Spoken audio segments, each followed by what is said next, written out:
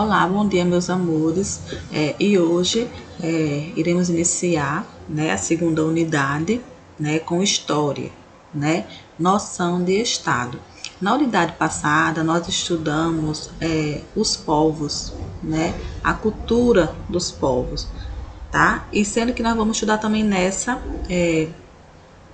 cultura, né, também dos povos, que nós iremos estudar tanto a Mesopotâmia como também o Egito, tá?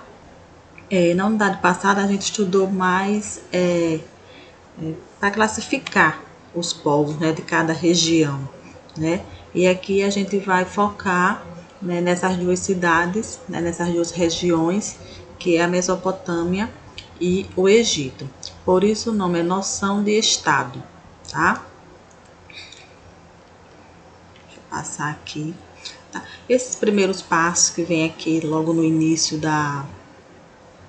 do conteúdo é o que realmente nós temos que aprender nessa unidade, tá? Aí fala, essa ilustração representa vários aspectos da vida no Egito antigo. Quais atividades retratadas chamam sua atenção, tá? Quando a gente vai visualizar assim, o que essa imagem desperta em você, né? Então, esses são os primeiros passos a seguir conforme eu for explicando o conteúdo. O que você já sabe sobre o Antigo Egito? Você já conhece? Você já ouviu falar sobre ele? Então, esses são os primeiros passos que você tem que compreender. Quando eu estou na sala de aula, eu discuto com os alunos, eles respondem, né, eles participam, eles interagem, né, nos primeiros passos, tá? Só para deixar registrado aqui, tá? Os primeiros passos que às vezes eu passo adiante, porque mas o que você realmente tem que conseguir compreender e se alertar inicialmente é sobre os primeiros passos, ok? Aí vamos começar, né? Como nós vamos estudar a noção de Estado, nós vamos estudar as sociedades também, inicialmente, né? Como eu falei, nós vamos estudar um pouquinho também sobre a cultura dos povos, tá? Vamos lá. As sociedades começam a se organizar, né? Há cerca de 10 mil anos, nascia a agricultura e a cultura da criação e domesticação de animais. A partir desse momento, as pessoas começaram a criar novas maneiras para viver em grupo, né, como aldeias, né, que são os índios, os indígenas hoje em dia, né, foram formados em diversos pontos do planeta. E com o tempo surgiram também as cidades, né? Nós estudamos, eu falei um pouquinho sobre isso, sobre as aldeias, né, como eles se organizaram na unidade passada. Além disso, formas de organizar o poder político se desenvolveram com os primeiros governos e governantes. Entender essa parte da história com o poder político dos governantes foi se estabelecendo e é fundamental para compreender a importância da vida em sociedade. Né? Nesta e na próxima unidade, vamos continuar nossa viagem pela história, conhecendo alguns povos antigos. Tá? Você vai estudar aspectos de duas sociedades antigas, a Mesopotâmia e o Egito. Vamos lá, como a tia tinha falado, né? Nós iremos estudar nessa unidade a Mesopotâmia e o Egito. Tá? Eu gostaria que vocês prestassem bastante atenção para depois poder diferenciar uma da outra, como uma foi organizada, como o outro foi organizado, entendeu? Aí aqui tem essa imagem. Tá? O Antigo Egito exerce bastante fascínio entre pessoas do mundo todo até os dias de hoje. Quem nunca ouviu falar nas pirâmides e no poder dos faraós? Né? Quem nunca viu passar na televisão as pirâmides, né, do faraó? Então, o Egito traz muita história, né? Crescente fértil, né? O que é esse crescente fértil, esse nome? Né? Esse nome foi dado a uma região, tá? Uma região. E por que crescente? Porque eles relacionaram com a lua crescente. Por isso se tornou crescente fértil. Tá? As duas sociedades antigas que vamos começar a estudar nesta unidade, a Mesopotâmia e Egito, desenvolveram em uma região chamada pelos historiadores de crescente fértil. tá? É uma região. Essa região se localiza entre os vales dos rios Tigre e Eufrates, atual Oriente Médio, e o vale do rio Nilo, tá? Atual Egito, no norte da África, tá? Então, vocês gravem isso aqui, tá? Grave bastante e também grife, tá? Grife, marca com marca-texto, para vocês ficar bem visível na hora de estudar, tá?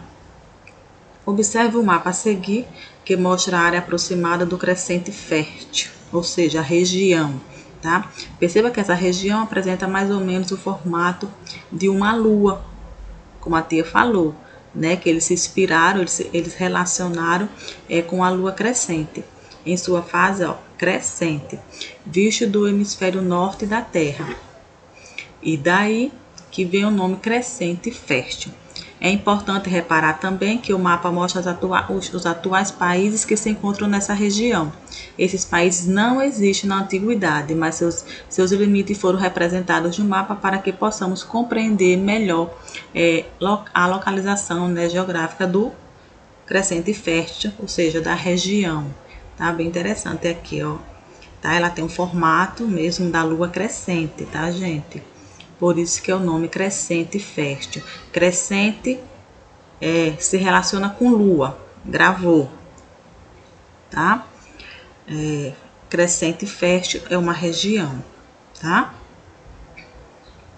Os povos da Mesopotâmia se desenvolveram ao longo dos vales dos rios Tigre e Eufrates. Ó, marca isso aí também, que é importante, tá? Por sua vez, a sociedade do Antigo Egito se desenvolveu ao longo do vale do rio Nilo. Tá? Mesopotâmia se desenvolveram perto da onde do Tigre e Eufrates, tá? Egito se desenvolveu ao longo do vale do rio Nilo, marca isso daí, tá? As águas dos rios e os solos férteis próximos às suas margens foram muito importantes para o crescimento dessa sociedade, né? Então, o que é que ele quis dizer, os solos férteis, né? Eles conseguiram que produzir, né, alimentos, né, com agricultura, né, plantar. Né? Por isso, quando eles falam solo fértil, porque eles conseguiram adquirir, né, a alimentação através da plantação, tá? É verdade, de tempos em tempos os rios Tigres e Eufrates passavam pelo período de cheia, o que alagava a região do crescente fértil. Por conta disso, os solos se tornavam extremamente férteis, graças aos resíduos orgânicos que ficavam por ali depois da cheia, como restos de peixes e vegetações típicas dos rios. Olha que interessante, né? É muito importante, né, ter solo fértil, né? Solo que pode gerar bastante alimentação para os povos, tá? Conhecendo a antiga Mesopotâmia, tá? Que tal começar a conhecer a história de uma das antigas sociedades do crescente fértil, a Mesopotâmia? Tá? Os povos que ocupavam a Mesopotâmia estavam entre os primeiros do mundo a desenvolver a agricultura. Tá vendo aí? Foram os primeiros do mundo a desenvolver o que? A agricultura. Há cerca de 10 mil anos e a formar as primeiras cidades, há cerca de 9 mil anos. Com o tempo, impérios também se formaram na região. Tá? Mas quem iniciou foi a Mesopotâmia, né, a desenvolver tanto a agricultura como também formar essa região. Tá? A Mesopotâmia foi o palco de um processo muito importante. Foi ali que as primeiras formas de governo, tal como conhecemos hoje, se desenvolveram. Né? Quando ele fala lá em cima, né, a participação do governo e dos governantes. Tá? Entre os antigos povos da Mesopotâmia também foi inventada uma forma de escrita e foram desenvolvidas as primeiras atividades de comércio. Terra entre rios. Como você viu no mapa, na página anterior, né, lá do crescente fértil, né? A região ocupada pela antiga Mesopotâmia ficava situada entre rios Tigre e Eufrates. O próprio nome Mesopotâmia significa terra entre rios, marca isso daí também, tá? Esse nome foi dado à região pelos gregos antigos, né? Pela Grécia, antigamente, né? Ó, vendo aqui, por isso que fica assim, ó, desse jeito, ó, tem uma pontezinha, tá? Fica a terra entre rios, tá? Por isso que esse nome é dado, né, de Mesopotâmia. E foi dado por quem? Pelos gregos, né? Os gregos antigos. Trecho do rio Eufrates na atualidade, hoje em dia, tá? Os rios Tigre e Eufrates foram extremamente importantes para os povos que viviam na antiga Mesopotâmia, pois forneciam muita água, fertilizavam e irrigavam o solo, o que favorecia a agricultura, né? Então vocês podem observar que eles eram, né, muito ricos, né, porque eles tinham o solo a favor deles, né? O solo que poderia gerar o quê? Agricultura, né? Alimentação, ok? Também serviu como um vias de transporte para pessoas e mercadorias, ok? Deixa eu só até olhar até onde é a página. O cotidiano vai se tornando mais complexo. Deixa eu só conferir aqui. As condições naturais da região da antiga Mesopotâmia eram relativamente boas para que as pessoas se fixassem ali, formando aldeias, vilas e depois cidades. Por quê? Porque todo mundo queria estar ali. Né? Por quê? Porque gerava muita alimentação. Né? Então, todos observavam na época que ali era o começo de tudo. Né, que poderia, né, com o tempo se organizar e virar, né, a tão famosa cidade, né, a organização das cidades, tá? Porém, todos tinham muito trabalho, era necessário, por exemplo, construir diques para controlar as enchentes de rios, né, que ocorria muitas enchentes também, que ocorriam em tempos. Além de construir e aperfeiçoar moradias, prédios públicos, muralhas, reservatórios de água e canais de irrigação, os canais serviam para irrigar as áreas cultiváveis que ficavam um pouco mais distantes das margens do rio. Tudo isso foi feito com êxito e a vida em sociedade da antiga Mesopotâmia foi se organizando pouco a pouco, né? Com o tempo eles foram se organizando, né? Tanto o comércio, né? Como a agricultura, como as moradias, né? Tudo foi se organizando pouco a pouco, tá? Produtos agrícolas e artesanais passaram a ser trocados em comércio e com o tempo o uso do dinheiro tornou-se frequente, tá vendo?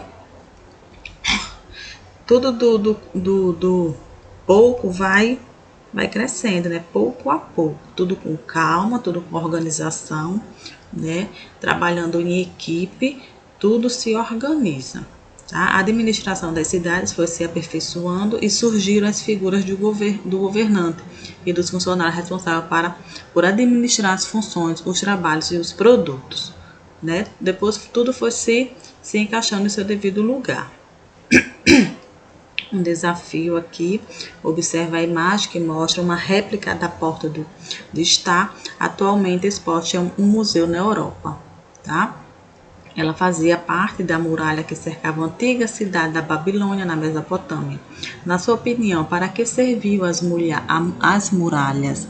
Né? Debata sobre isso com seus colegas. Tá? Vocês podem responder esse desafio aqui, na sua opinião. Né? Observe a imagem e depois, na sua opinião, também você responda para que serviam as muralhas. Tá? Primeiras formas de organização política. Primeiras formas de organização política. Com o tempo, deixa eu botar só o livro aqui, tem minhas marcações. Com o tempo, o governante foi ganhando mais e mais poder político em cada cidade da Mesopotâmia, passando a cobrar tributos, né? Que nós pagamos hoje, né? Nossos impostos, né?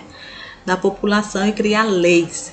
Essa complexa organização da vida nas cidades da antiga Mesopotâmia exigiu a existência de um Estado que pudesse administrar suas necessidades. Na verdade, hoje em dia nós não podemos, né? Como seria o nosso país sem um governante, né? Para organizar, para administrar, tá?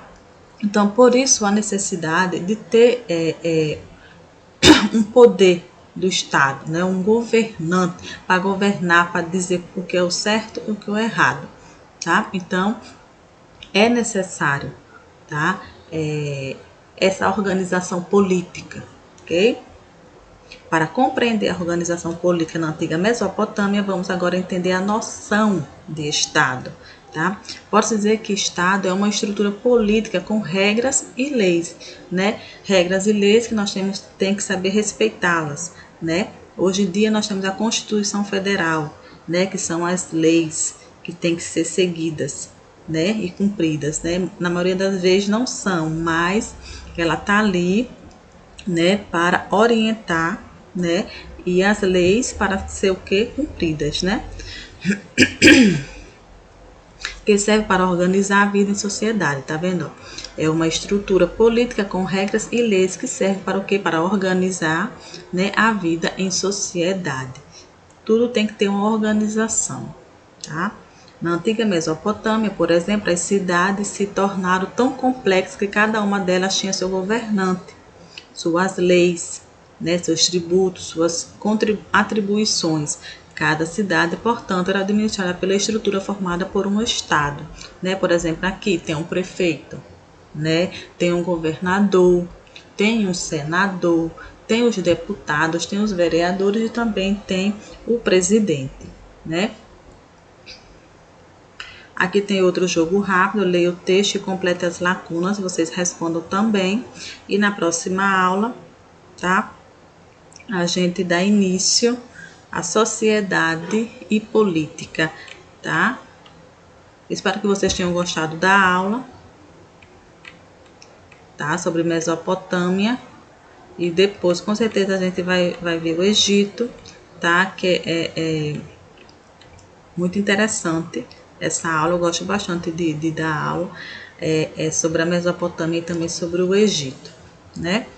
Espero que vocês tenham gostado. E aproveitem, né? Estudem, leiam a história, marquem, tá? E se Deus quiser, até a próxima aula, tá bom? Beijo!